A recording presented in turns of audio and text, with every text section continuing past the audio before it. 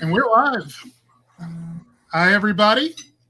It's George Thomas with the Akron Beacon Journal. We've got Steve Doerschuk's dancing lights in the background right there.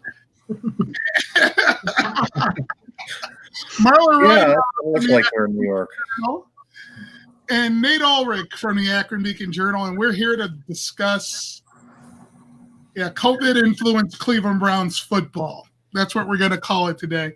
But let's start very basically with what's on everybody's mind, and that's the playoffs. Where the Browns' playoff standing or chances stand at this point. And to be quite honest, it's fairly simple on one level. Beat the Steelers, correct? Yeah, George, if they win, they're in. And if they lose, they need some kind of long shots to play out in their favor. So if they lose to the Steelers, they would need the Colts to lose to Jacksonville. Okay, the Colts are much better than Jacksonville, we know. Another scenario is, I think it's 2 Titans losses, a Ravens win over the Bengals, and a Dolphins win over the Bills. Those 4 things. So, yeah, beat the Steelers, or else you're relying on a lot of dominoes to fall, barring a Jacksonville win over Indy.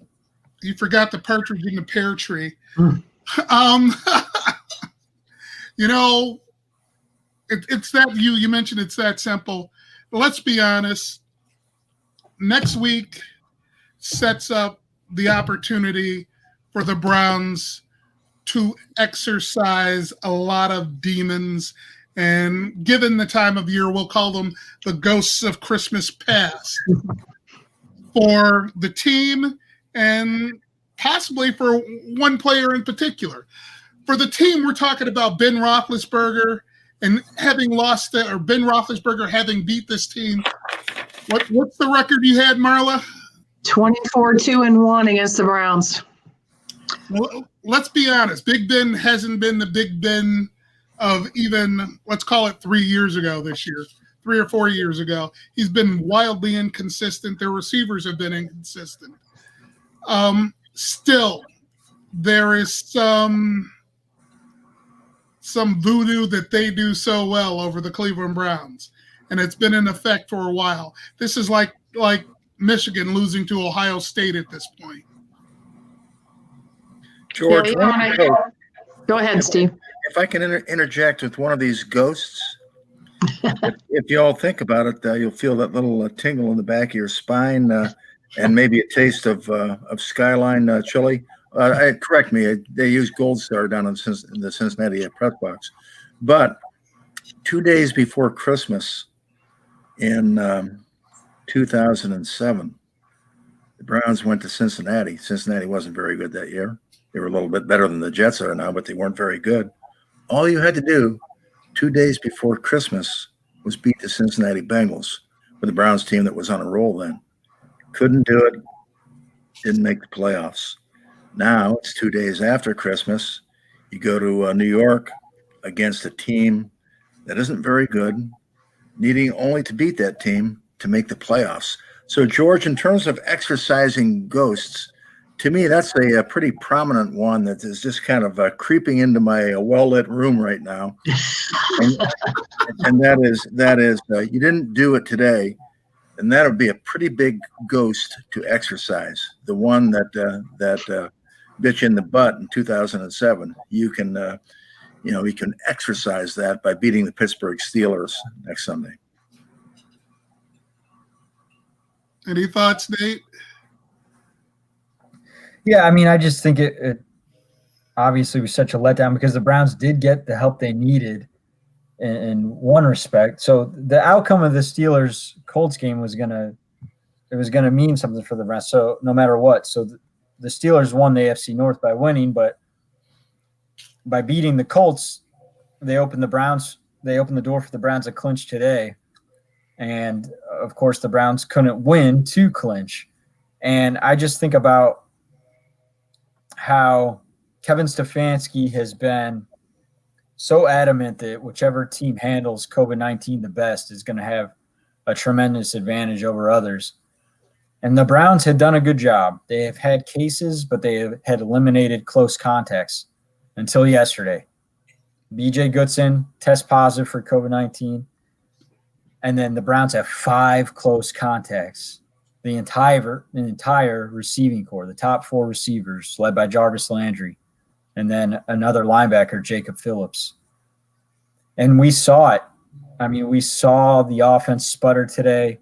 We saw the difference that it makes. Obviously, the Browns were also without 2 starting offensive linemen. Jedrick Wills has not tested positive for COVID, but he has an illness. So part of the protocols, he did not play. He was inactive. So you had a Kendall Lamb at left tackle, and then Nick Harris was the starting right guard with Wyatt Teller missing his second consecutive game with an ankle injury. It mattered. I mean, the Browns, they couldn't get it going like they had been. Baker had been on fire. We all know it. 37 targets for tight ends and running backs today with that receiving core out. And the Jets pretty much kept 8 in the box most of the game. They dared them to run the ball, and they couldn't get anything on the ground. Nothing.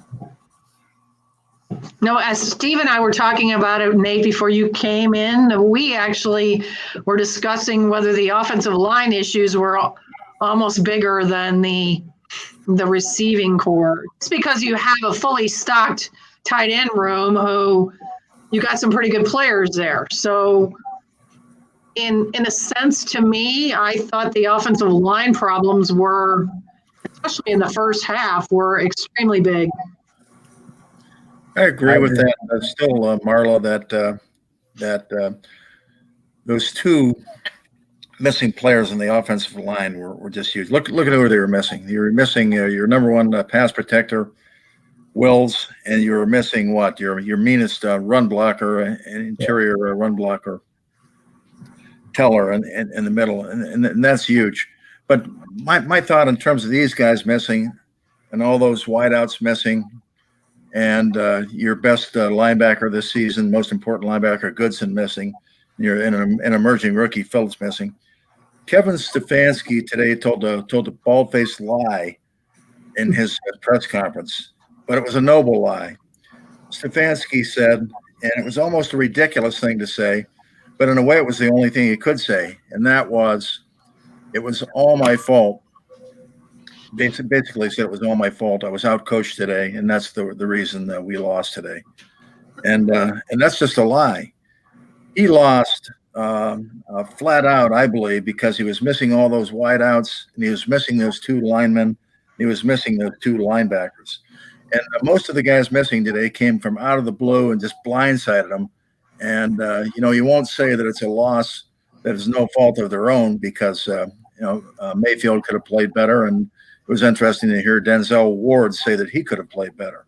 But to me, easily the biggest reason, and more than 50% of the reason that the Browns lost today, was missing all those players. Well, when you're doing a walkthrough for the game at 8:15 in the morning in a parking garage, apparently, according to reports, the day of the game, you have to wonder if there are going to be issues. And they did that, George, across from the hotel in Jersey City. And the reason they did that is because yesterday was disrupted completely. Facility shut down, flight delayed for 4 hours and 15 minutes. They don't practice on Saturday per se, but they have a walkthrough. Well, that got pushed to 8:15 a.m. today in the parking garage. So yeah, it was a crazy day. And I texted you, I think I was texting with Marla last night with all this COVID news kind of, hit the fan, and we were reviewing everything, and the dust had kind of settled. And I said, so this is how the Browns are going to make the playoff, or this is how the Browns are going to miss the playoffs. Really? Now, that might not be true. They obviously, we talked about it. They can still beat the Steelers and make up for this. But I mean, they're behind the 8 ball. And I just think it's so unfortunate because, you have Jarvis Landry missed the first game of his career, 111 consecutive games from the time he was drafted until deep into his 7th NFL season, 111, including one in the playoffs with the Dolphins. Misses his first game. I mean, it's insane. So many things with this pandemic are insane, and what's happened to the Browns and the loss to the Jets, put it right in there. Hey, Nate, see if you like this. So, and George, you were talking about the ghosts, and Marla, I know this will be in your mind as well. But think of those ghosts and what you really can accomplish by beating the Pittsburgh Steelers in a season finale. And don't you kind of love the action of? It's got to come down to that. I mean, there have been these issues this year of well, the Browns have a good record partly because they played an easy schedule, and that's somewhat true. And probably true enough to where if you're a real playoff team, you want to be able to prove and you want to be able to say to yourself, well, hey, you think we're a fake team? We're going to go beat the Pittsburgh Steelers, who aren't perfect, but they're a pretty darn good team this year. And to beat Pittsburgh at home to make the playoffs in the season finale, I really do like that action. And in a way, in a big and important way, COVID or not, and all of these side issues or not, because everybody has issues this year. If you don't beat the Steelers in a way, you don't deserve it. So, I think it'd be a ton of fun if the Browns wind up deserving it by beating Pittsburgh. Now, apparently, Mike Tomlin was playing coy about which quarterback he was going to start next week because apparently Big Ben might need some rest, could benefit from some rest. That sets up an entirely different storyline. Another ghost. And you have to think, even though there hasn't been a lot of noise about it since the start of the season, in the back of the mind, if Mason Rudolph starts that game, it's going to amp the adrenaline up that much more. No? It will. I mean, the guys will, the players, I believe, will downplay that heading in. But yeah, I think that there's no doubt about the emotion. But I think Steve would like to see Ben Roethlisberger, right? I mean, if you're going to want the Browns, seriously, if you're going to want the Browns to have their backs against the wall and have to exercise demons or ghosts or whatever to get in, you want to face the Steelers' best shot. And that's with Ben Roethlisberger. That's with the team that beat you 38-7 on October 18th. So, yeah, Rudolph would be a hell of a storyline for a different reason with the Myles Garrett saga that we're so familiar with. But the big picture Browns Steelers, Big Ben he's been the Darth Vader to the Browns, whoever you want to say, George. You're the Star Wars expert. I don't know if I'd call the Browns Luke Skywalker at this point, but they're getting closer this season. Would it be in poor taste to have a split screen next Sunday? Have Myles Garrett on one side, not taking Rudolph's head off, but Myles Garrett on one side making a sack of anybody. Now on the other half, you have a picture of Rudolph and play the song "Run, Run, Rudolph." Not my favorite Christmas song, but it'd be kind of funny if they did that next Sunday. I hate that song. Personally, I want to see him play Ben too, but I mean, I'm sure fans don't want that to happen if you were looking for a victory. But, I mean, the Steelers running game, is suspect. And I know, obviously, the Browns, don't know how many linebackers are going to have. But we also got, a couple of them banged up today. So, Aki-Taki and Davis. So, but anyway, I'm kind of with you on the satisfaction of beating the Steelers would be better beating Ben. All right, guys, let's call it an evening because I'm still on vacation. Can't you? We'll be back here next week. Hell or high water, win or loss. Hold on to your pants, Browns Nation. It's going to be an interesting week and next weekend. For Gannett, Steve Doerschuk, Marla Ridenour, and Nate Ulrich. Hasta la vista. Happy New Year. Yeah, that too. Hasta.